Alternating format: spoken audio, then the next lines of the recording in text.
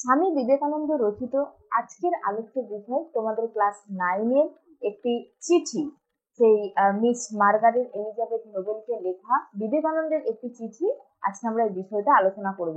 আমি কথা দিচ্ছি, আজকে যাদের কাছে এই চিঠি খুব কঠিন লাগে, নামগুলো খুব কঠিন লাগে, এই ভিডিও দেখার পরে তোমাদের কাছে কিন্তু জিনিসটা একদম সহজ হয়ে যাবে। আমি একদম ছবির মাধ্যমে তোমাদেরকে বুঝিয়ে দেবো। আশা করবো ভিডিওটা তোমাদের খুব হেল্পফুল হবে। চলো, এই চিঠি আলোচনার বিষয়ে যাওয়ার পূর্বে এর আগে আমরা একটু উৎসটা জেনে নিই। দেখো, এই উৎস হচ্ছে বাণী ও রচনা গ্রন্থের, বাণী আমি একটু লিখে নিই তাহলে সুবিধা হবে, বাণী ও রচনা এই গ্রন্থের 7ম খণ্ডের পত্রাবলী থেকে এই পত্রটি সংকলিত হয়েছে। এটা বিবেকানন্দ নোবেলকে লিখেছিলেন এই চিঠিটা। এই চিঠি পড়তে গেলে আমরা অনেক একটু অকওয়ার্ড নাম পাবো, যেমন ধরো Nobel, Xavier, Miss Muller, Mrs Bull, তারপরে ধরো ম্যাকালাউ, এরকম আমাদের কিছু ব্যক্তির নাম পাবো যারা ভারতবর্ষে থাকেন না, কিন্তু তারা আমেরিকা, কেউ থাকে নরওয়ে, কেউ থাকে ইউরোপে, ঠিক আছে। তো তাদের সাথে স্বামীজির কি সম্পর্ক, তাদের সাথে অবশ্যই অন্য অন্য সম্পর্ক রয়েছে, ঠিক আছে। সেই সম্পর্ক আমরা আগে জানবো, তাদেরকে কিভাবে চিনলেন তিনি সেটা জানবো। তারপরে আমরা এই চিঠিতে যে পাঠ্যটা রয়েছে তারপরে আমরা পড়বো। আগে ওই ব্যক্তিগুলো সম্পর্কে যদি আমরা আগে জেনে না নিই, তাহলে কিন্তু আমাদের এই চিঠি, এই পত্রটা বুঝতে আমাদের অসুবিধে হবে। তাহলে চলো আগে আমরা দেখে নিই সেইটা, যে কিভাবে আমরা ওই ছকের মাধ্যমে, একদম ছকের মাধ্যমে আমরা একদম দেখে নেব যে কোন ব্যক্তিটি কে। দেখো, আশা করি দেখতে পাচ্ছ। দেখো, আমি এখানে দুটো ক্যাটাগরিতে ভেঙেছি। এখানে দেখো বিবেকানন্দ রয়েছে। বিবেকানন্দের এক ছিল শিষ্য, কিছুজন ছিল এই পত্রাবলীতে। এই পত্রটা যখন আমরা পড়বো, চিঠিটা যখন পড়বো, তখন আমরা দেখতে পাবো কিছু শিষ্যের কথা, আবার দেখতে পাবো কিছু ভক্তের কথা, ঠিক আছে। এইখানে যে শিষ্য, এখানে কিছু শিষ্য রয়েছে, আবার কেউ কেউ রয়েছে আবার ভক্ত। এবারে শিষ্য কি? শিষ্য হচ্ছে যে গুরুর কথা মেনে চলে, সেই হচ্ছে শিষ্য। আর ভক্ত হচ্ছে যে সাহায্য করে, অনুগামী, ঠিক আছে, বা বলতে পারো তোমার হচ্ছে কাজ করে স্বামীজির সঙ্গে, তিনিও একই কাজ করেন, এইটাকে বলা হচ্ছে ভক্ত। এবার শিষ্য কে কে ছিল? শিষ্য ছিল 3জন খুব বিখ্যাত, যাকে তিনি চিঠি লিখেছেন, মিস নোবেল। সে মিস নোবেল ছিলেন বিবেকানন্দের একজন বিশাল বড় শিষ্য। তারপরে ছিলেন মিসেস সেভিয়ার। সেভিয়ার দম্পতি কিন্তু নন, এখানে কিন্তু সেভিয়ারের কথা বলা হয়েছে। মিসেস সেভিয়ার ছিলেন তোমার বিবেকানন্দের শিষ্য। আর কে ছিলেন? আর ছিলেন মিসেস বুল, ওরফে সারা বুল, যাকে আমরা মিসেস বুলের আরেক নাম হচ্ছে সারা বুল, ঠিক আছে। এই তথ্যগুলো তোমরা একদম শর্ট কোশ্চেনের জন্য কিন্তু মাথায় ঢুকিয়ে নাও, ঠিক আছে, এগুলো কিন্তু শর্ট কোশ্চেনে পড়ে। তারপরে আসলে ভক্ত। দেখো, ভক্ত কিন্তু ছিলেন, ভক্ত ছিলেন 2জন। এক হচ্ছে স্টাডি, যার কাছ থেকে তিনি চিঠি পেয়েছিলেন, সেই হচ্ছে স্টাডি। আর রয়েছে কি মিস ম্যাকালাউড, এই ছিলেন বিবেকানন্দের শিষ্য আর ভক্ত, যাদেরকে নিয়ে আমাদের এই চিঠির মূল বিষয়বস্তুটি রয়েছে। আশা করি তোমরা সবাই এটা ছকের মাধ্যমে খুব সুন্দর করে চিনে গেছো। দেখো, আমি ছবিও দিয়ে দিয়েছি, তোমরা চাইলে ছবিগুলো দেখতে পারো। এরপর আমি তোমাদেরকে বলবো কিছু গুরুত্বপূর্ণ তথ্য, যেমন ধরো এই যে মিসেস বুল, ঠিক আছে, এই যে ধরো মিসেস বুল, ঠিক আছে, এর আরেক নাম কি ছিল? এর আরেক নাম ছিল সারা বুল। সারা বুল, ঠিক আছে, এটা একটা নাম ছিল। আবার এই যে মিস ম্যাকালাউড, এই মিস ম্যাকালাউডকে স্বামী বিবেকানন্দ কিন্তু জো বলে ডাকতেন, জো, ঠিক আছে। এই জায়গাটা আমি তোমাদেরকে লিখে দিচ্ছি, এই নামগুলো কিন্তু মনে রাখবে, এগুলো কিন্তু তোমাদের প্রশ্ন আসে। তাহলে মিস ম্যাকালাউডকে স্বামী বিবেকানন্দ কি নামে ডাকতেন? জো বলে। এরপর আমরা দেখব যে মা বা ধীর মাতা, এই যে মিসেস বুলের আরেক নাম হচ্ছে সারা বুল। এর আরেকটা তথ্য এর সম্পর্কে জেনে রাখা খুব জরুরি, সেটা হচ্ছে মিসেস বুলকে স্বামী বিবেকানন্দ মা বা বলতে পারো ধীর মাতা এই নামে কিন্তু ডাকতেন। যেমন মিস ম্যাকালাউডকে জো বলে ডাকতেন, তেমনি মিসেস বুলকে তিনি স্বামী বিবেকানন্দ মা বা ধীরমাতা বলে ডাকতেন। এই মিসেস বুলের আরেক নাম কি? সারা বুল। আশা করি তোমরা এটা বুঝতে পেরেছো। এরপর আমরা দেখবো মূল যে চিঠির একদম মূল বিষয়ে, সেখানে আমরা চলে যাব, ঠিক আছে। চলো, আমরা শুরু করব আমাদের আলোচনা। দেখো, প্রথমেই তোমাদেরকে যেটা আমি বলবো, এই যে কোথা থেকে চিঠিটা লেখা রয়েছে, এই যে আলমোড়া 29শে জুলাই 1897 খ্রিস্টাব্দে, এই অংশটা কিন্তু তোমাদেরকে মনে রাখতে হবে, ঠিক আছে? এটা থেকে কিন্তু তোমাদের সব প্রশ্ন আসে। দেখো, এখানে শুরুতে কি বলছেন, কল্যাণীয় মিস নোবেল। আগেই বলেছি বিবেকানন্দ চিঠিটা লিখেছেন কাকে? মিস নোবেলকে। যেমন ইংরেজিতে আমরা যাকে চিঠি লিখি তখন কি লিখি? টু, ধরো তুমি তোমার বন্ধুকে লিখছো সুবীর, ঠিক আছে? তারপরে ধরো নিচে তোমার এখানে তথ্য রইলো, তারপরে তুমি লিখবে ফ্রম তোমার নাম, তাই তো? সেরকম এটা হচ্ছে টু মিসেস কল্যাণীয়া Miss Noble from Swami Vivekananda. চলো দেখো মূল বিষয়টা কি রয়েছে। স্টাডির একখানি চিঠি কাল পেয়েছি, স্টাডির একখানি চিঠি কালকে আমি পেয়েছি। কে পেয়েছেন? স্বামী বিবেকানন্দ পেয়েছেন। তাতে জানলাম যে তুমি ভারতে আসবে এবং সবকিছু চাক্ষুষ দেখতে দৃঢ় সংকল্প। অর্থাৎ তিনি জানতে পেরেছেন যে মিস নোবেল এখানে, তুমি বলতে মিস নোবেলকে বোঝাচ্ছে, সেই মিস নোবেল ভারতে আসতে চান এবং সবকিছু নিজের চোখে দেখতে তিনি দৃঢ় প্রতিজ্ঞা নিয়েছেন, ঠিক আছে? কাল তার উত্তর দিয়েছে, অর্থাৎ কে উত্তর দিয়েছেন? স্বামী বিবেকানন্দ। কিসের উত্তর দেবেন? সে চিঠির উত্তর দিয়েছেন। কিন্তু মিস মুলারের কাছ থেকে তোমার কর্মপ্রণালী সম্বন্ধে যা জানতে পারলাম তাতে এই পত্রখানি আবশ্যক হয়ে পড়েছে। মনে হচ্ছে সরাসরি তোমাকে লেখা ভালো। অর্থাৎ মিস মুলারের কাছে যান স্বামী বিবেকানন্দ, তিনি জানতে পারেন যে তার যে মিস নোবেল যে ভারতে আসছেন, সেখানে এসে তার যে কর্মপ্রণালী, সেই কর্মপ্রণালীর সম্বন্ধে জানতে পারেন। এবং কি হয়, সেই এই যে পত্রটা লেখা, মানে এই যে চিঠিটা আমরা পড়ছি, এটা লেখা আবশ্যক, মানে জরুরি হয়ে পড়ে। মনে হচ্ছে এই চিঠিটা তোমাকে সরাসরি লেখা ভালো। একদম চিত্রের মাধ্যমে আমরা এটা একবার ছোট্ট করে আগে বুঝে নিই। চলো এটা আগে আমরা ছোট্ট করে চিত্রের মাধ্যমে বুঝে নিই। দেখো, তাহলে আমরা কি দেখলাম? স্টাডি, এই স্টাডি হচ্ছেন একজন ব্যক্তি, ঠিক আছে? এই স্টাডি হচ্ছে একজন ব্যক্তি যার কাছ থেকে স্বামী বিবেকানন্দ দেখো চিঠি পেয়েছেন। তাহলে স্টাডির কাছ থেকে কে চিঠি পেয়েছেন? স্বামী বিবেকানন্দ।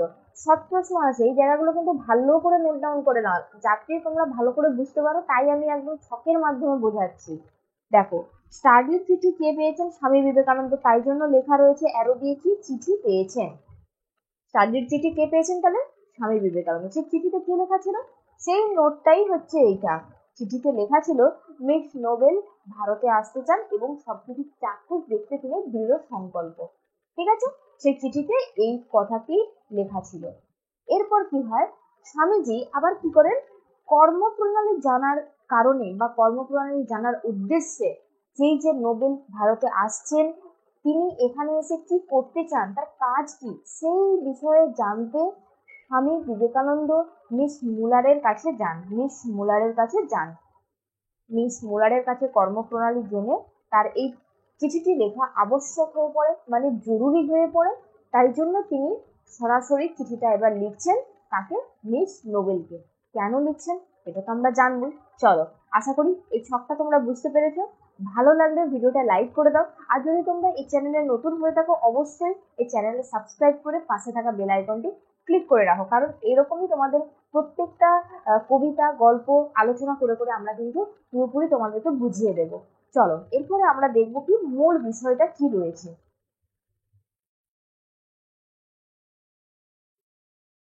দেখো, তাহলে এতটা কিন্তু আমরা পড়ে নিলাম, ফার্স্ট স্ট্যান্ডার্ডটা আমরা পড়ে নিলাম এবং জেনে নিলাম যে মিস স্টাডির কাছ থেকে তোমার হচ্ছে যে কে চিঠি পেয়েছে, বিবেকানন্দ চিঠি পেয়েছেন, সেখানে লেখা ছিল ভারতে আসতে চান মিস নোবেল। তিনি এসে এখানে ভারতের কর্মপ্রণালী সম্পর্কে জানার, মানে কি করতে চান সেটা জানার জন্য তিনি মিস মুলারের কাছে যান। সেখান থেকে তিনি এই পত্রটি আবার লেখা শুরু করেছেন। তিনি মনে করেছেন এই পত্রটি মিস নোবেলকে সরাসরি লেখাই ভালো হবে।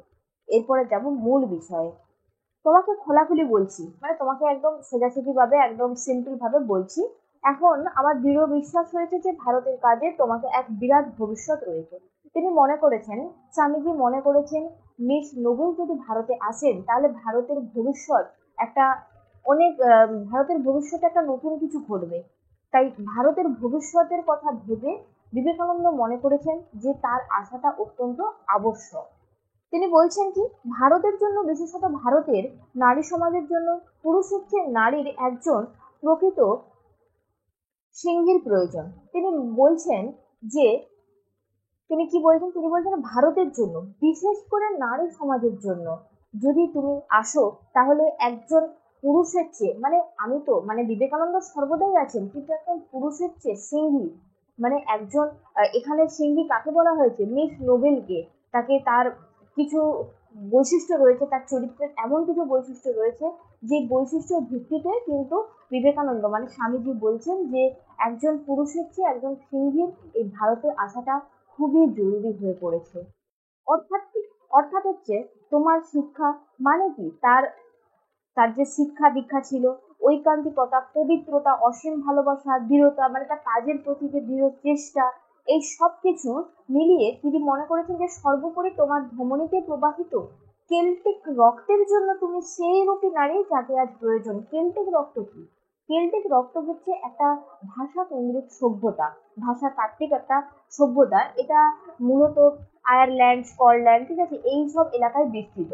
তো স্বামীজি মনে করেছেন যে এই ভাষার মানে এই সব এলাকার যে উত্তরাধিকারী, তারা হচ্ছে এই ভাষার অন্তর্ভুক্ত। তাই তিনি বলছেন যে ওই স্বামীজি মানে স্বামীজি তোমার নোবেলকে বলছেন যে তার রক্তে মানে তার ধমনীতে যেন প্রবাহিত মানে বহমান হয়েছে কি ওই কেল্টিক রক্ত। ঠিক আছে, তাই তুমি আজ সেই রূপ নারী, মানে তুমি এমন একজন নারী যাকে আজ ভারতের জন্য খুবই প্রয়োজন, খুবই দরকার। বোঝা গেল? এরপর আসবো পরের প্যারাতে। কিন্তু বিঘ্নও আছে বহু, মানে কিছু অসুবিধাও আছে। কি কি? যেমন কি কি কি অসুবিধা আমরা এবার জানবো সেটা। এদেশের দুঃখ, কুসংস্কার, দাসত্ব প্রভৃতি কি ধরনের তা তুমি চিন্তা করতে পারো না।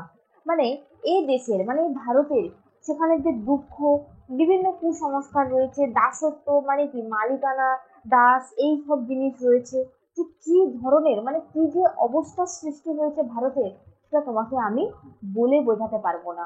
এটাই কবি নয়, এখানে বিবেকানন্দ বলতে চেয়েছেন। এদেশে এলে তুমি নিজেকে অর্ধ উলঙ্গ অসংখ্য নরনারীতে পরিবেষ্টিত দেখতে পাবে।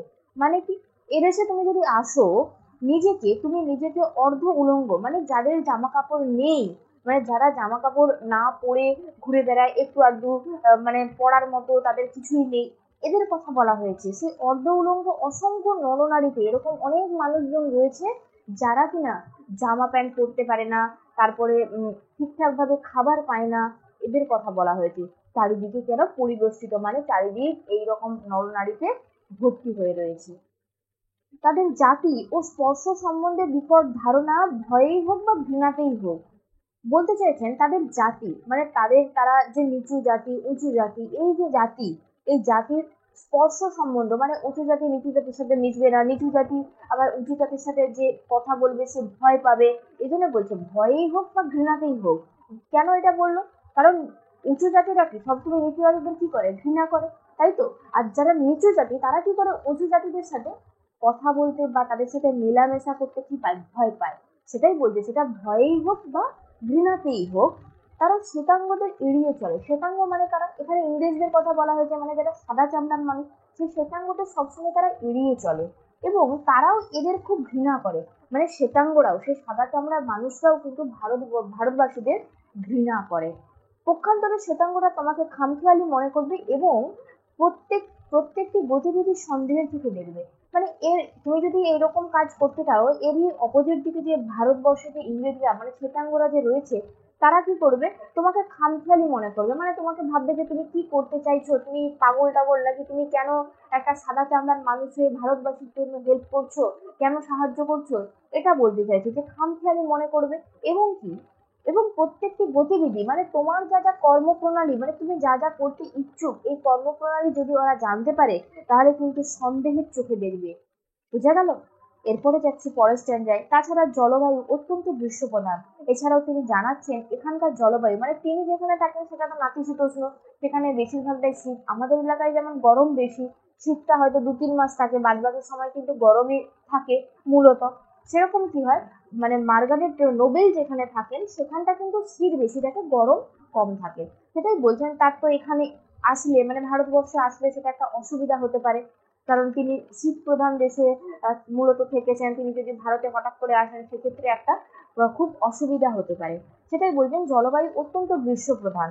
এদেশের প্রায় সব জায়গায় স্মৃতি তোমাদের ওই গ্রীষ্মের মতো। আমি যেটা এক্ষুনি বললাম, এদেশে তো সবসময় গ্রীষ্মকাল থাকে, আর ওই দেশে মানে নোবেল যেখানে থাকে সেখানে সবসময় শীতকাল থাকে, বেশিরভাগটাই শীতকাল থাকে মূলত। তাই শীতকালের মানুষ মানে তিনি যদি নোবেল যদি ভারতে আসেন সেক্ষেত্রে তো তার একটু মানিয়ে নেওয়া বা একটু কষ্ট তো হবেই। আর কি বলছে, আর দক্ষিণাঞ্চলে তো সর্বদাই আগুনের হলকা চলছে। ভারতবর্ষের দক্ষিণাঞ্চল মানে ধরো কেরালা, কর্ণাটক, অন্ধ্রপ্রদেশ, তামিলনাড়ু, এই জায়গাগুলো কি হয়, হলকা আগুনের হলকা মানে প্রচুর গরম। ঠিক আছে, এই হলকা চলছে। এরপরে কি বলছে, শহরের বাইরে কোথাও ইউরোপীয় সুখ স্বাচ্ছন্দ্য কিছুমাত্র পাবার উপায় নেই। যদি তুমি এই শহরের বাইরে যাও বা ইউরোপীয় যে সুখ স্বাচ্ছন্দ্য, সেই সুখ স্বাচ্ছন্দ্য কিছু মাত্র মানে কোনো কিছু পাওয়ার একটা মানে উপায় বা চেষ্টা বা ইচ্ছা যেন নেই। এসব সত্ত্বেও যদি তুমি কর্মে পবিত্র হতে সাহস করো তবে অবশ্য তোমাকে শতবার স্বাগত জানাচ্ছি।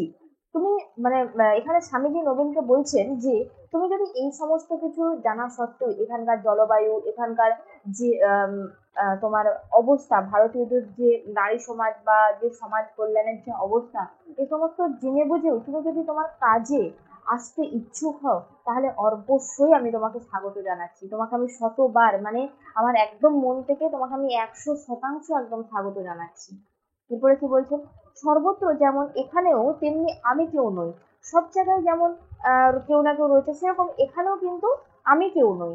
তুমি এখানে আসবে, কাজ করবে, এটাই উনি বলতে চাইছেন। তবুও আমার যেটুকু প্রভাব আছে সেটুকু দিয়েই আমি অবশ্যই তোমায় সাহায্য করব। মানে স্বামীজির প্রভাব তো মানে সব জায়গায় তো ছড়িয়ে নেই। তিনি বলছেন যে আমার যেটুকু প্রভাব মানে আমি যতটা পারবো ততটাই কিন্তু তোমাকে সাহায্য করব। এরপরে কি বলছেন, কর্মে ঝাঁপ দেবার পূর্বে বিশেষভাবে চিন্তা করো। Very important line. এই লাইনটা একদম তোমরা আন্ডারলাইন করে রাখো 5 মার্কসের জন্য। বুঝা গেল? বলছে কর্মে ঝাঁপ দেবার পূর্বে বিশেষভাবে চিন্তা করো। তুমি এই যে কাজ করতে ইচ্ছুক ভারতের জন্য, এই কাজ করার পূর্বে আমি যে তোমাকে বিঘ্ন মানে যে যে অসুবিধাগুলো রয়েছে তোমাকে আমি জানালাম, সেগুলো একবার ভেবে নিয়ে তারপরে তুমি কাজে নামতে পারো। এরপরে কি বলছে, এবং কাজের পরে, এখানটা হয়তো দেখা যাচ্ছে না, আমি এটা খুলে দিই। হ্যাঁ, এবং কাজের পরে যদি বিফল হও কিংবা কখনো কর্মে বিরক্তি আসে তবে আমার দিক থেকে নিশ্চয়ই জেনে যেও আমাকে আমরণ তোমার পাশেই পাবে। যদি তোমার এই কাজ করতে করতে কখনো তুমি যদি হেরে যাও কিংবা কখনো তোমার যদি কাজ করতে করতে বিরক্তি আসে মানে তোমার আর ভালো লাগছে না, এই যে বিরক্তি আসে, তবে তুমি জেনে থাকো মানে তুমি জেনে নাও যে আমি কিন্তু তোমাকে আমরণ মানে আমার মৃত্যু পর্যন্ত কিন্তু তোমাকে আমি সাহায্য করব। তা তুমি ভারতবর্ষের জন্য কাজ করো আর নাই করো, বেদান্ত ধর্ম ত্যাগ করো আর নাই আর ধরেই থাকো। বলছে তা সত্ত্বেও তুমি যদি ভারতের জন্য কাজ করো বা না করো তাহলেও কিন্তু আমি তোমার পাশে থাকবো, কিংবা যদি তুমি বেদান্ত ধর্ম ত্যাগ করো কিংবা নাই করো তাহলেও কিন্তু আমি তোমার পাশে থাকবো। মরদ কি বাদ হাতি কা দাঁত, একবার বেরোলে আর ভেতরে যায় না। অর্থাৎ কি, মরদ কথার অর্থ হচ্ছে একটা হিন্দি এটা প্রবাদ। আর মরদ কথার অর্থ হচ্ছে পুরুষ। আর মরদ কি বাদ, বাদ মানে কি কথা। হাতি কা সুর মানে হাতির দাঁত যেরকম ভেতরে যায় না, ঠিক আছে, হাতির দাঁত যেরকম ভেতরে যায় বাইরের দিকে বেরিয়ে থাকে না, সেরকম বলছে পুরুষ মানুষের কথা যদি একবার মুখ থেকে বেরিয়ে যায় সে কথা আর ভেতরে যায় না। বোঝা গেল? এটাই বলতে চেয়েছেন, একবার বেরুলে আর ভেতরে যায় না মানে এ এত মানে কথা, যে কথা আমি তোমাকে দিয়ে দিয়েছি সেই কথা আমি আর ফেরাবো না, আমার কথা আমি আমার পালন করবোই, এটা বোঝাতে চেয়েছেন। খাঁটি লোকের কথাও তেমনি নড়চড় নেই। খাঁটি লোক মানে আমি তো খাঁটি লোক, মানে স্বামী বিবেকানন্দ এখানে খাঁটি লোক, তাই খাঁটি লোকের কথা, স্বামী বিবেকানন্দ কেন, যারা যারা খাঁটি লোক সেই খাঁটি লোকের কথা কিন্তু কোনো নড়চড় মানে এদিক ওদিক হয় না, তারা যেটাই বলেন সেটাই কিন্তু করেন। এই আমার প্রতিজ্ঞা। মানে তাহলে তার প্রতিজ্ঞা কি ছিল, এটা কিন্তু তোমাদের এসএকিউ এ দেয় যে এই আমার প্রতিজ্ঞা, এখানে কার কি প্রতিজ্ঞার কথা বলা হয়েছে এটা দেয়, বা কে কি প্রতিজ্ঞা করেছেন, ঠিক আছে, এটা কিন্তু দেয়। তাই তোমরা এই জায়গাটা ভালো করে পড়বে। এখানে কে প্রতিজ্ঞা করেছেন, বিবেকানন্দ প্রতিজ্ঞা করেছেন। কি প্রতিজ্ঞা করেছেন, যে তিনি সর্বদা নোবেলের পাশে থাকবেন, তিনি তাকে আমরণ সাহায্য করবেন। সে তিনি তার বেদান্ত ধর্ম থাকুক নাই থাকুক, তিনি ভারতের হয়ে কাজ করুক আর নাই করুক, তিনি আমরণ তার মৃত্যু পর্যন্ত তিনি নোবেলের পাশে থাকবেন, এটাই তিনি প্রতিজ্ঞা করেছেন। এরপরে আসছি, আবার তোমাকে একটু সাবধান করা দরকার। এবার তোমাকে আরো একটু কিছু সাবধান করা দরকার। তোমাকে নিজের পায়ে দাঁড়াতে হবে। তুমি যদি ভারতে আসো তোমাকে কিন্তু নিজের পায়ে দাঁড়াতে হবে। এটা কিন্তু তিনি সাবধান করছেন। কেন করছেন সেটা তো আমরা জানবোই। এরপরে তিনি বলছেন মিস মুলার কিংবা অন্য কারোর প্রক্ষোভে আশ্রয় নিলে চলবে না। মিস মুলারও আমরা জেনেছি কি তিনি একজন বিবেকানন্দের শিষ্য, মানে বিবেকানন্দের কাছেও ছিল মুলার পরিচিত, আবার আম, তোমার হচ্ছে নোবেলের কাছেও ছিল কিন্তু মিস মুলার পরিচিত। সে কারণে বলছি যে মিস মুলারের বাড়িতে যদি তুমি থাকতে চাও সেটা কিন্তু করলে চলবে না, তোমাকে কিন্তু নিজের পায়ে দাঁড়াতে হবে। এটাই বলছে, আশ্রয় নিলে চলবে না। তার নিজের ভাবে মিস মুলার চমৎকার মহিলা, কিন্তু দুর্ভাগ্যভাবে এই ধারণা ছেলেবেলা থেকেই তার মাথায় ঢুকেছে যে তিনি আজন্ম নেত্রী, আর দুনিয়াকে ওলটপালট করে দিতে টাকা ছাড়া অন্য কিছুর প্রয়োজন নেই। অর্থাৎ এখানে এই যে বলছেন তার নিজের ভাবে, মানে কি মিস মুলার নিজে মনে করেন যে তিনি, মানে মিস মুলার একজন চমৎকার মহিলা। দুর্ভাগ্যবশত, মানে খুব কারণবশত তিনি এই কথাটা কি ছোট থেকেই মনে করেন যে আমি অনেক বড়, আমি খুব সুন্দরী, ঠিক আছে, এরকম তার ভাবনা চিন্তা রয়েছে। সেজন্য বলছে যে তিনি ছোটবেলা থেকেই মনে করেন যে তিনি আজন্ম নেত্রী, এবং টাকা দিয়ে তিনি কিন্তু দুনিয়াকে এদিক ওদিক করে দিতে পারেন। মানে তিনি মনে করেন দুনিয়া ওলট পালট করতে গেলে টাকা ছাড়া আর কিছু লাগে না, টাকা থাকলে আমি সবকিছু এদিক ওদিক করে দিতে পারবো। তার মনে কিন্তু এই ভাবনাটাই থাকতো। এরপরে কি বলছি, এই মনোভাব তার অজ্ঞাতসারেই বারবার মাথায় ঢুকেছে। মানে তার যখন মানে জ্ঞান হয়নি এরকম অবস্থা থেকে তার যেন এই ভাবনা চিন্তা তার মাথায় ঢুকে গেছে। কার মাথায়? মিস মুলারের মাথায়। সে অটোমেটিক যেন এটা ঢুকিয়ে নিয়েছে, এবং দিন কয়েকের মধ্যেই তুমি বুঝতে পারবে যে তার সঙ্গে বনিয়ে চলা অসম্ভব। মানে যদি তুমি তার পত্রপুটে, মানে তার বাড়িতে তুমি যদি আশ্রয় নাও, মিস মুলারের কাছে যদি তুমি আশ্রয় নাও, কে আশ্রয় নেবে? নোবেল। যেহেতু নোবেল আসছেন ভারতে, সেই নোবেলকে বলছেন তুমি যদি ওনার কাছে আশ্রয় নাও, ওনার ব্যবহার বা ওনার দু একদিন তো ঠিকঠাক চলবে, কিন্তু আস্তে আস্তে তুমি বুঝে যাবে যে ওনার সাথে মানিয়ে চলা বা ওনার সাথে বনিয়ে নেওয়া কিন্তু সম্ভব আর হয়ে উঠবে না। এটাই বলতে চাইছে। এটা কিন্তু প্রশ্ন দেয়, তার সঙ্গে বনিয়ে চলা অসম্ভব, এটা ইম্পর্টেন্ট লাইন। তার বর্তমান সংকল্প এই যে তিনি কলকাতায় একটি বাড়ি ভাড়া নেবেন তোমার ও নিজের জন্য, এবং ইউরোপ ও আমেরিকা থেকে যেসব বন্ধুদের আসার সম্ভাবনা রয়েছে তাদের জন্য। তিনি এটা ভাবেন, বর্তমান সংকল্প করেন কি তিনি একটি কলকাতায় বাড়ি ভাড়া নেবেন তোমার জন্য ও নিজের জন্য, মানে নোবেলের জন্য এবং নিজের জন্য। কারণ কি ইউরোপ ও আমেরিকা থেকে মাঝে মধ্যে অনেক বন্ধু আসেন বা শিষ্য ভক্ত কি যেই হোক না কেন আসেন, সেই তাদের জন্য, মানে তাদেরকে তো থাকতে দিতে হবে, সেই কারণে তিনি দুটো বাড়ি হয়তো কলকাতায় বাড়ি ভাড়া নেবেন, যেখানে তার একটা ব্যবহার হবে আর একটা মিস নোবেলকে দেবেন। এটা অবশ্য তার সহৃদয় এবং অমানবিকতার পরিচয়ও। এটা মানে তার মানে এটা তার হচ্ছে সহৃদয়তা, মানে একটা হৃদয় থেকে সে জানাচ্ছে সহৃদয় আর অমানবিকতার একটা পরিচয়। কিন্তু তার মঠাধ্যক্ষ সুলভ সংকল্পটি দুটি কারণে কখনো সফল হবে না। তিনি মনে করছেন যে মিস মুলারের এই মঠাধ্যক্ষ সংকল্প দুটো কারণ ছিল। কারণ কি? তার রুক্ষ মেজাজ, আর ছিল কি অদ্ভুত অস্থিরতা, অস্থির চিত্ততা, সেই মানে চঞ্চল ভাব, অস্থির এই মন এখানে আজকে আবার অন্য জায়গায়, এই অস্থির মন চিত্ত, ঠিক আছে, এইটা আর কি রুক্ষ মেজাজ, এই দুটো স্বভাবের জন্য তিনি মনে করেছেন যে এই সংকল্পটির কারণে তার কখনো এই কাজ সফল হবে না। কারো কারোর সঙ্গে দূর থেকে বন্ধুত্ব করাই ভালো। বলছেন কারো কারোর সঙ্গে যদি আমি দূর থেকে বন্ধু করি সেটাই বেস্ট হবে। যে নিজের পায়ে দাঁড়াতে পারে তার সবটুকু সুস্থভাবে সম্পন্ন হয়, যে নিজের পায়ে দাঁড়াতে পারে তার সবই সে নিজের মতো করে করতে পারবে, সে কারণে বলছে সবই সুস্থভাবে সম্পন্ন হয়। নেক্সট নেক্সট দেখবো আমরা পরবর্তী প্যারায় যেটা রয়েছে। দেখো,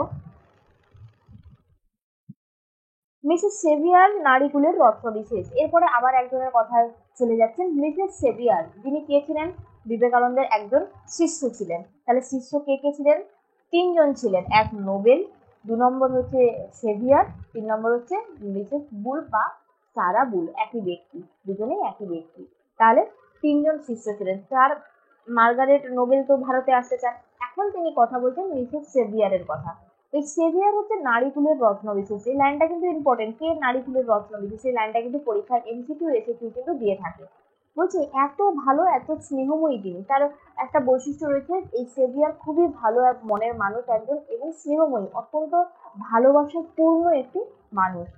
সেভিয়ার দম্পতি, দম্পতি মানে কি হাজবেন্ড ওয়াইফ, মানে মিসেস সেভিয়ার এবং মিস সেভিয়ার দম্পতি, মানে তারা স্বামী স্ত্রী। একমাত্র ইংরেজ, ওনারা ছিলেন কিন্তু ইংরেজ, মানে সাদা চামড়ার মানুষ, অথচ যারা এই দেশীয়দের ঘৃণা করে না, আমরা একটু আগে পড়ে এসেছিলাম শ্বেতাঙ্গরা ভারতবাসীদের ঘৃণা করে, আর ভারতবাসীরাও যদিও করে, কিন্তু এনারা একমাত্র যারা কিনা ভারতবাসীদেরকে ঘৃণা করেন না। কারা করেন না? সেভিয়ার দম্পতি। ক্লিয়ার? এমনকি স্টাডিকেও বাদ দিলে চলে না। সেই স্টাডি যার কাছ থেকে চিঠি পেয়েছিলেন, আমরা একদম শুরুতেই যার নাম পড়ে এসেছি, সেই স্টাডিও কিন্তু এমন একজন ব্যক্তি যিনি ইংরেজ হওয়া সত্ত্বেও এই ভারতবাসীদেরকে কি করেন না? ঘৃণা করেন না। একমাত্র সেভিয়াররাই আমাদের উপর মুরব্বিয়ানা করতে আসেননি। এই সেভিয়ার এনারা যে ভারতে এসেছিলেন, এই তারা কিন্তু ভারতবাসীদের ওপর কোনো রকম ছড়ি ঘোরাতে, মানে কোনো রকম তাদের খারাপ কথা বা মুরব্বিয়ানা, যেটা অভিভাবকত্ব যেটাকে বলে, অভিভাবক হয়ে থাকা যেটাকে বলে, সেটা কিন্তু করতে কখনো আসেননি। এরপরে বলছেন, কিন্তু তাদের এখনো কোনো নির্দিষ্ট কার্যপ্রণালী নেই। তারা ভারতে আসছেন, তারা ভারতবাসীদের খুবই ভালোবাসেন, তারা অত্যন্ত স্নেহময়ী, সবই ঠিকই আছে, কিন্তু তাদের সেভাবে কোনো কার্যপ্রণালী তারা ভেবে আসেননি, এটাই বলতে চাইছেন। তুমি এলে তোমার সহকর্মী রূপে তাদের পেতে পারো, এবং তাতে তোমারও তাদের উভয়েরই সুবিধা হবে। তাহলে কার কার সুবিধা হবে? যদি নোবেল ভারতে আসেন, নোবেলও ছিলেন একজন শ্বেতাঙ্গ সাদা চামড়ার মানুষ, আবার সেভিয়ারও একজন শ্বেতাঙ্গ সাদা চামড়ার মানুষ, তাহলে ওনারা নোবেল যদি ভারতে আসেন, তাহলে সেভিয়ার দম্পতিকে নোবেলের একজন বন্ধু হিসেবে পাবেন, সাদা চামড়ার বন্ধু হিসেবে পাবেন। ঠিক আছে? যারা যারা কি হচ্ছে, নোবেলকে সাহায্য করতে পারবেন, যাদের কর্মপ্রণালী নিজস্বভাবে ছিল না, কিন্তু নোবেল তাদেরকে পাশে পেতে পারেন, তাতে কি হবে? সেভিয়ার দম্পতি বা মিসেস সেভিয়ার বা এপাশে তোমার নোবেল, উভয়েরই কি হবে? দুজনেরই সুবিধে হবে। এই প্রশ্নটাও কিন্তু দেয়, উভয়েরই সুবিধে হবে। ঠিক আছে? কিন্তু আসল কথা এই যে নিজের পায়ে কিন্তু অবশ্যই দাঁড়াতে হবে। সবই ঠিক আছে, নিজের পায়ে কিন্তু অবশ্যই দাঁড়াতে হবে। আমেরিকার সংবাদে জানলাম যে আমার দুজন বন্ধু মিস ম্যাকালাউড বস্টন মিসেস বুল এই শরৎকালে ভারতে পরিভ্রমণে আসছেন।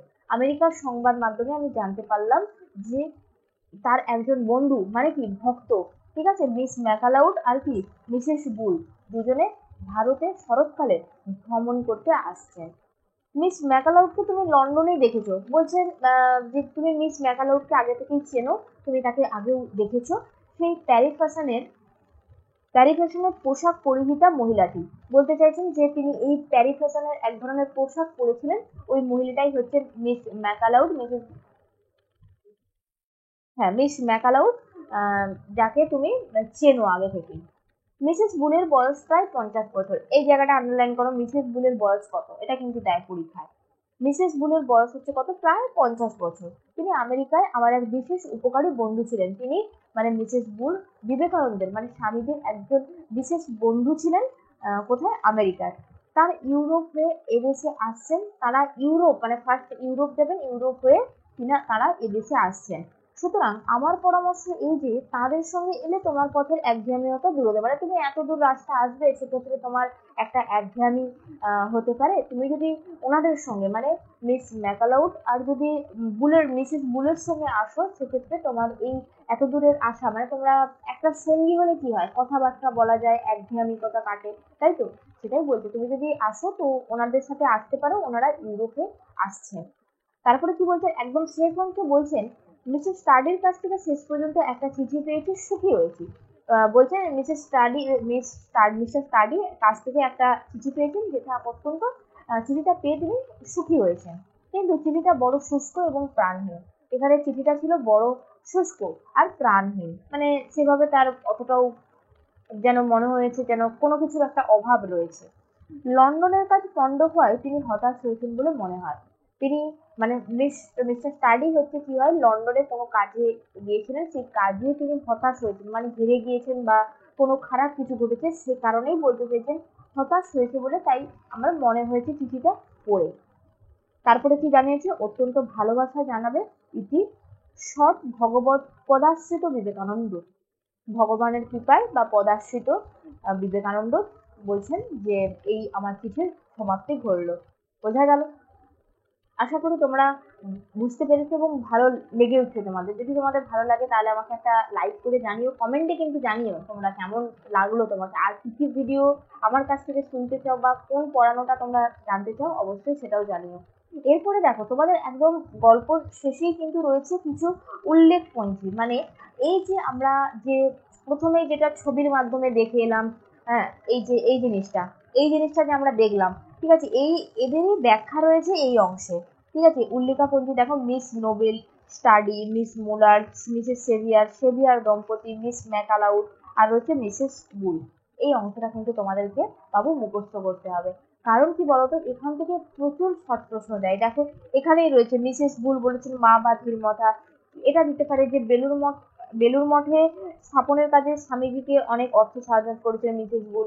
কে কে সাহায্য করেছেন, একটা হচ্ছে তোমার মিস মুলার, আর হচ্ছে মিসেস বুল, এই দুজন ব্যক্তি বেলুর মঠ স্থাপনের কাজে দুজনেই অর্থ সাহায্য করেছিলেন।